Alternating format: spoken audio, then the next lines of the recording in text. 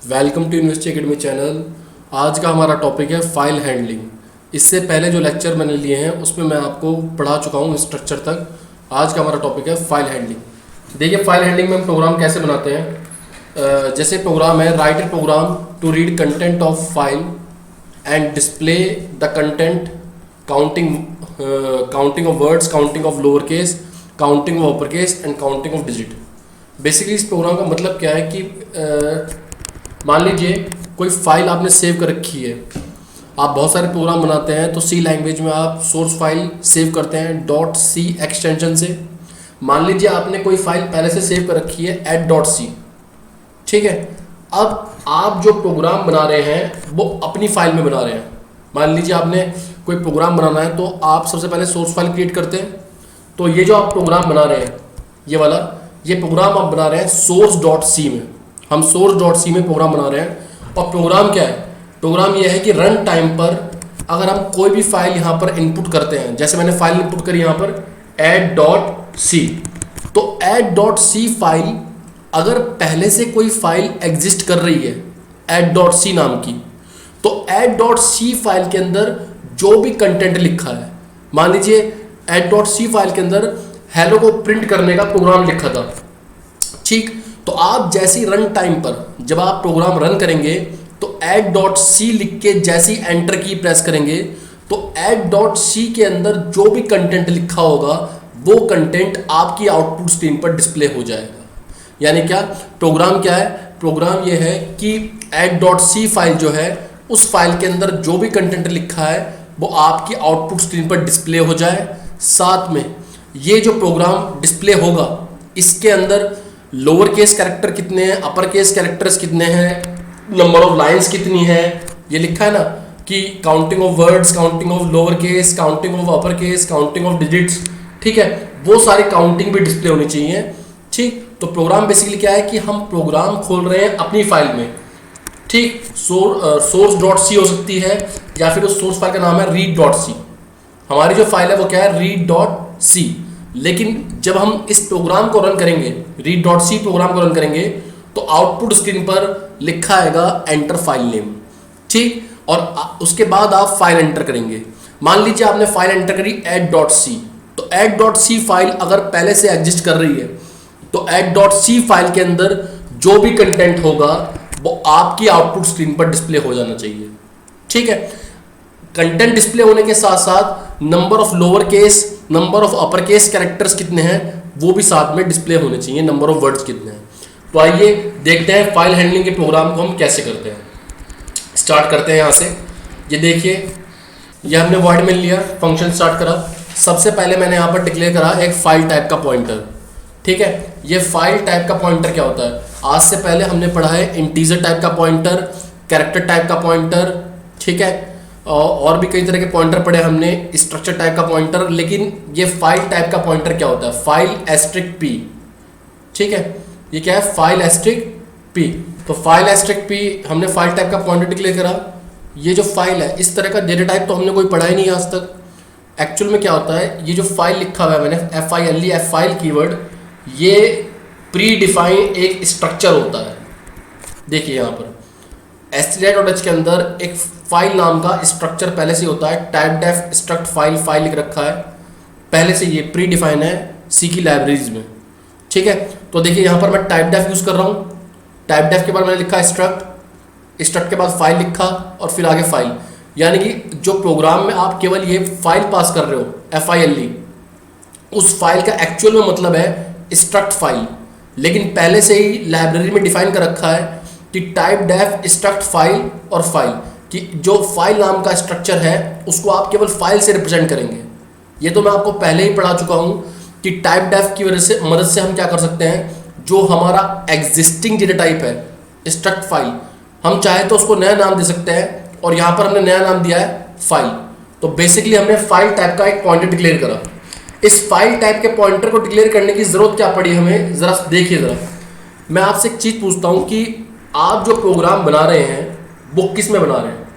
वो सी में बना रहे हैं। दूसरी बात, आपने जो फाइल क्रिएट करी सोर्स फाइल, वो कौन सी फाइल है? read.c। जो आपने फाइल क्रिएट करी वो फाइल क्या है आपकी? read.c। लेकिन आप इस प्रोग्राम के थ्रू करना क्या चाह रहे हो, आप किसी दूसरी फाइल का कंटेंट रीड करना चाह रहे हो। add.c फाइल कोई फाइल है, उस फाइल का जो भी कंटेंट है, जैसे मान लीजिए उसके अंदर हेलो को प्रिंट करने का प्रोग्राम लिखा है, उस कंटेंट को आप रीड करना चाह रहे हो।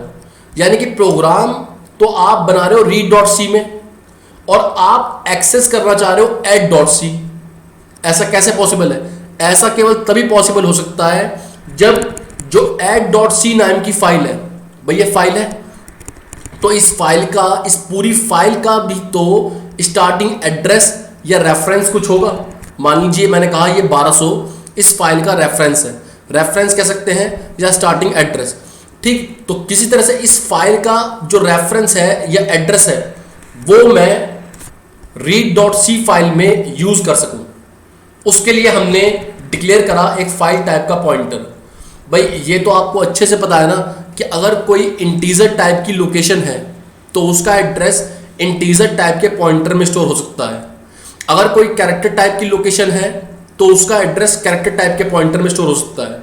तो इसी तरह से मैं यहाँ पे कहना चाह रहा हूँ कि मान लीजिए कोई add.c नाम की फाइल है, फाइल टाइप की कोई लोकेशन है, या ये मानिए आप फाइल टाइप का कोई ब्लॉक है, तो फाइल टाइप की लोकेशन या फाइल टाइप के ब्लॉक के अगर एड्रेस की बात करें तो वो किस में स्टोर कर सकते हैं हम? फाइल टाइप के पॉइंटर में, है ना।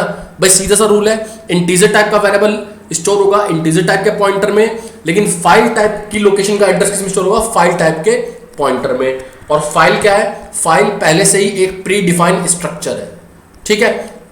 तो आइए जरा देखते हैं, प्रोग्राम को हम स्टार्ट करते हैं। तो यहाँ पर देख रहे हैं आप प्रोग्राम में क्या करा आपने? सबसे पहले फाइल टाइप का पॉइंटर ले लिया, उसके बाद आपने एक एरे डिक्लेयर करा कैर एफ नेम और उसके अंदर साइज पास कर दिया 100।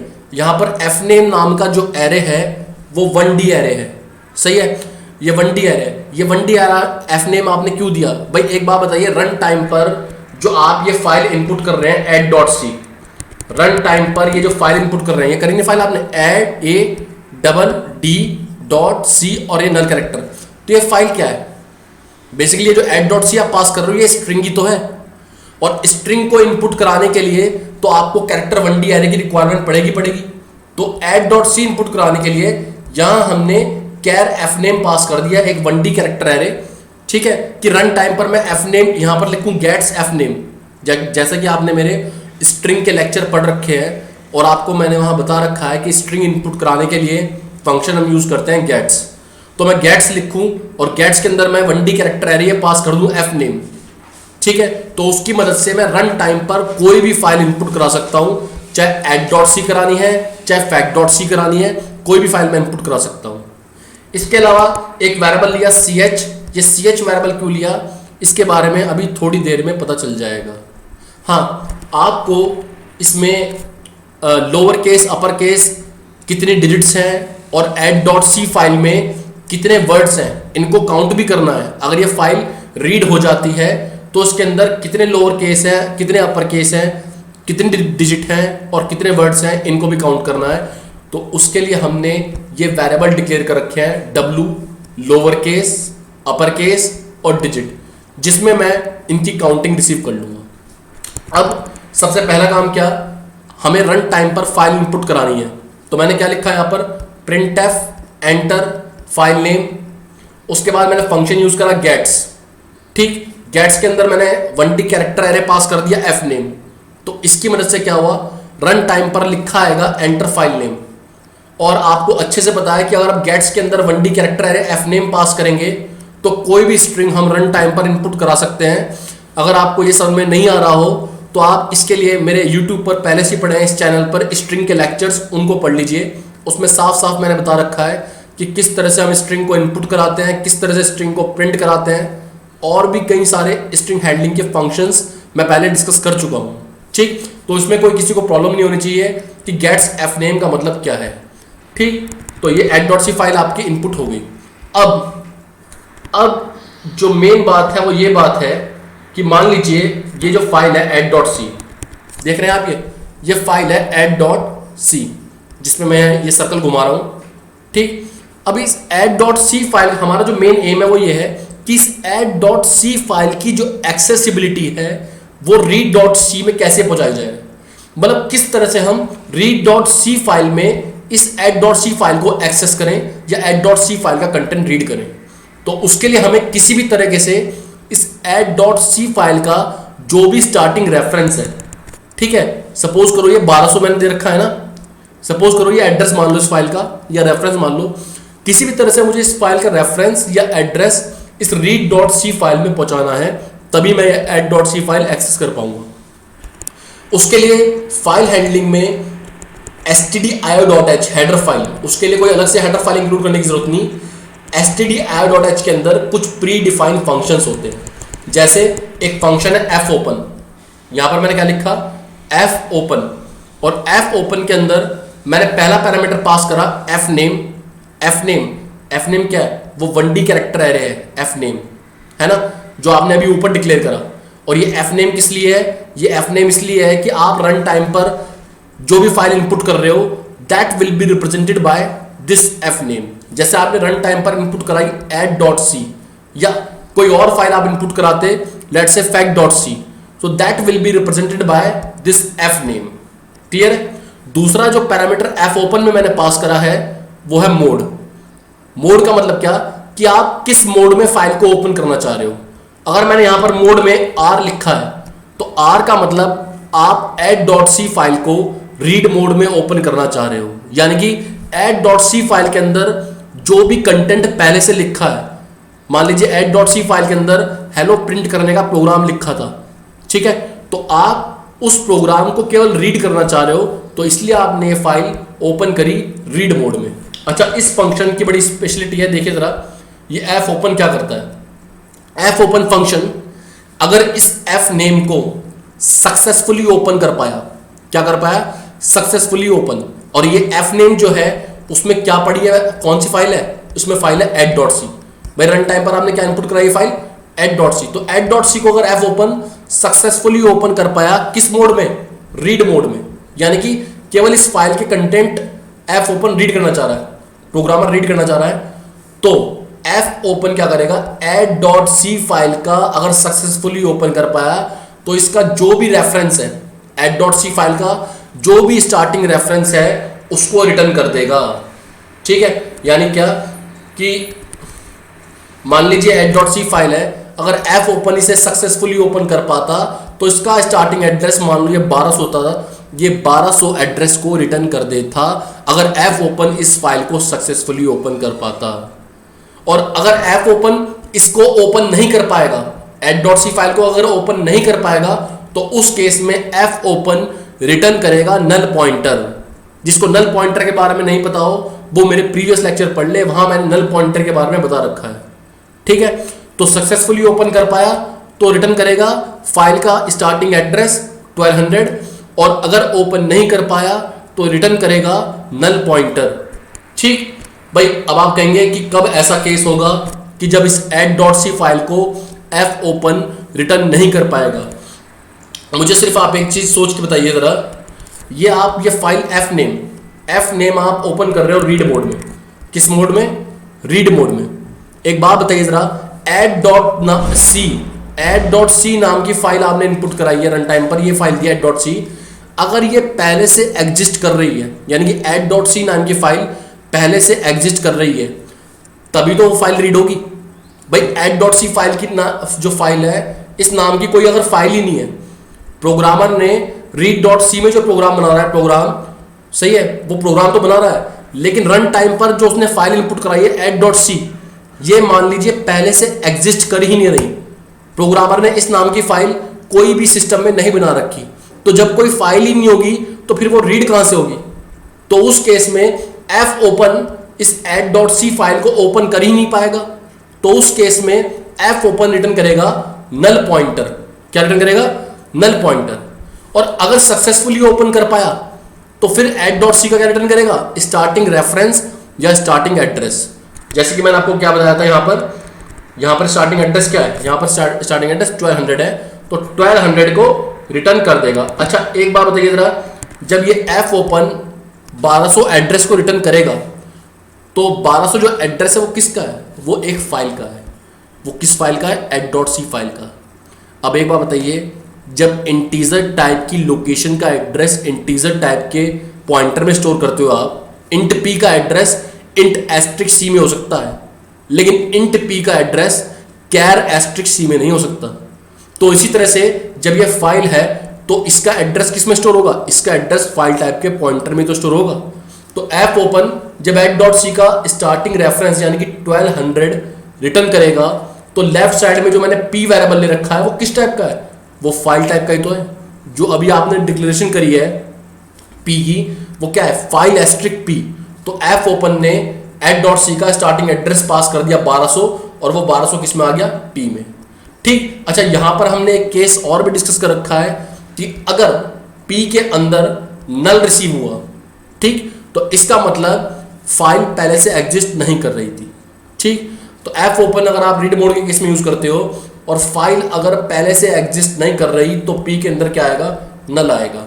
एल्स का मतलब क्या है, अगर इफ की कंडीशन फॉल्स है, अगर मान लीजिए p के अंदर नल नहीं आया, तो नल नहीं आया तो इसका मतलब क्या आया होगा, इसका मतलब इस add.c फाइल का स्टार्टिंग एड्रेस आया हुआ यानी कि 1200। ठीक, तो उस केस में कंट्रोल कहा जाएगा, उस केस में कंट्रोल जाएगा इस एल्स पे। ठीक है, अब एल्स के अंदर मैंने यहाँ पर ब्लॉक स्टार्ट करा और यहाँ पर वाइल लूप लगाया और वाइल लूप के अंदर मैंने क्या पास करा, 1 का मतलब पता है सबको, सी लैंग्वेज में अगर मैं कोई भी पॉजिटिव इंटीजर या नेगेटिव इंटीजर पास करता हूं किसी लूप के अंदर, मान लीजिए वाइल लूप के अंदर मैं कोई भी पॉजिटिव इंटीजर या नेगेटिव इंटीजर पास करता हूं तो बाय डिफॉल्ट वो कंडीशन ट्रू कंसीडर करता है। और अगर मैं वाइल लूप के अंदर 0 पास करता हूं तो उसका मतलब कंडीशन कंसीडर की जाती है फॉल्स। ठीक है, तो वाइल के अंदर मैंने 1 पास करा है तो 1 का मतलब क्या है, कंडीशन क्या है, ट्रू। ठीक, तो ट्रू हुआ तो फ्लो ऑफ कंट्रोल अंदर आया। अब जब अंदर आया फ्लो ऑफ कंट्रोल तो पहले आप ऊपर प्रोग्राम में जाके देख सकते हैं जो ये ch वेरिएबल है, ये ch वेरिएबल मैंने कैरेक्टर टाइप का डिक्लेयर कर रखा है। आप जाके प्रोग्राम में देख सकते हैं ऊपर कि ch वेरिएबल मैंने कैरेक्टर टाइप का डिक्लेयर कर रखा है। ठीक, उसके बाद इक्वल टू, ये फंक्शन बड़ा इसकी इंपॉर्टेंस समझिए क्या है, ये फंक्शन मैंने यूज करा f-get-c, ये भी आपका प्री डिफाइंड फंक्शन है, stdio.h में डिफाइन है। ठीक है, तो इसकी डेफिनेशन की आपको चिंता करने की जरूरत नहीं, because it is a pre defined function. f-get-c लिखा आपने और f-get-c के अंदर क्या पास करा, p क्या है, p फाइल टाइप का पॉइंटर है। p किस टाइप का पॉइंटर है, फाइल टाइप का, लेकिन p जो पॉइंटर है उसके अंदर एड्रेस किसका पड़ा है, इस टाइम जब आपने f ओपन फंक्शन एग्जीक्यूट करा तो इस टाइम p के अंदर किसका एड्रेस पड़ा, इस add.c का। सही है, तो p के अंदर क्या पड़ा है, 1200। ठीक, अब देखिए जरा, ये f-get-c फंक्शन बड़ा कमाल का फंक्शन है। एक बार मैं बता देता हूँ आपको इसका क्या इसका कॉन्सेप्ट है। देखिए जरा, ये देखिए, मान लीजिए आपने f ओपन के थ्रू ये फाइल ओपन करी, ठीक है, और p के अंदर क्या पड़ा है, इस फाइल का स्टार्टिंग एड्रेस यानी कि 1200। आपने लिखा वहां पर ch इक्वल टू f-get-c, जो मैंने अभी आपको प्रोग्राम पढ़ा रहा था मैं, तो उसमें क्या लिखा था, ch equal to f-get-c। f-get-c कैसे काम करेगा, f-get-c क्या करेगा, आपने उसके अंदर p पास करा है, f-get-c क्या करेगा, ये जो इसके अंदर add.c के अंदर जो भी कंटेंट लिखा है, चाहे वो कैरेक्टर चाहे इंटीजर, जो भी कंटेंट लिखा है उसको रीड करेगा 1 by 1। जैसे f-get-c सबसे पहले हैश रीड करेगा, क्या रीड करेगा, hash as a character. Read करने के साथ साथ एक काम और करेगा, रीड करने के साथ इस हैश को रीड करने के साथ साथ रिटर्न भी करेगा। पहले रीड करेगा फिर इसको रिटर्न करेगा। ठीक, तो क्या करा, जैसे ch इक्वल टू f-get-c है, यहां में ch इक्वल टू क्या लिखा, f-get-cp, तो f-get-c ने क्या करा, जो add.c नाम की फाइल थी उसमें सबसे पहले किसको रीड करा, हैश को, और हैश को रीड करने के साथ साथ रिटर्न कर दिया। अब वो रिटर्न जब करा तो वो किस में आ गया, ch में आ गया। तो ch के अंदर अब क्या पड़ा है, ch के अंदर हैश पड़ा है। ये तो आपको पता ही है कि कोई भी फंक्शन है वो कोई ना कोई वैल्यू रिटर्न करता है, it depend upon its return type. और ये f-get-c क्या है, आपका प्री डिफाइंड फंक्शन, तो ये रिटर्न कर रहा है आपका हैश। हैश किस में आ गया, ch में आ गया। साथ में f-get-c एक काम और भी करता है। f-get-c वो काम क्या करता है, ये जो p था, इस p के अंदर स्टार्टिंग एड्रेस क्या था, 1200 था। f-get-c क्या करेगा, हैश को रिटर्न करेगा और इस p जो पॉइंटर है, p पॉइंटर ये जो p पॉइंटर 1200 है, ये अभी किस कैरेक्टर को पॉइंट आउट कर रहा था? ये अभी स्टार्टिंग में इस हैश को पॉइंट आउट कर रहा था। ये किसको पॉइंट आउट कर रहा था? हैश को। अब क्या करेगा? fgetc ने जब हैश को रीड करके रिटर्न कर दिया तो ये जो 1200 जो p के अंदर पड़ा था इसको इंक्रीमेंट करेगा। ये जो पॉइंटर 1200 है इसको इंक्रीमेंट करेगा, इंक्रीज करेगा, ताकि ये जो पॉइंटर 1200 है ये अब पॉइंट आउट करे नेक्स्ट कैरेक्टर को। तो हैश के बाद fgetc किसको रिटर्न करेगा? i को। सही है। तो अगली बार fgetc क्या करेगा? i को रीड करेगा, i को रिटर्न करेगा, फिर n को रीड करेगा, n को रिटर्न करेगा, फिर c को रीड करेगा, c को रिटर्न करेगा। तो इस तरह से fgetc इस add.c फाइल का जो भी कैरेक्टर है वो एक एक रीड करके रिटर्न करता जा रहा है किसके अंदर? ch के अंदर। जब fgetc इस फाइल का सारा कंटेंट रीड कर लेगा और सारा कंटेंट रिटर्न कर देगा 1 by 1, तो उसके बाद रिटर्न करेगा एंड ऑफ फाइल। उसके बाद क्या रिटर्न करेगा? And of file. ठीक है। तो आइए देखिए जरा यहां पर क्या हो रहा है। fgetc फंक्शन क्या कर रहा है? इसने सबसे पहले क्या करा? हैश को रीड करा, हैश को रीड करा, हैश की वैल्यू किसके अंदर आ गई? ch के अंदर। ठीक।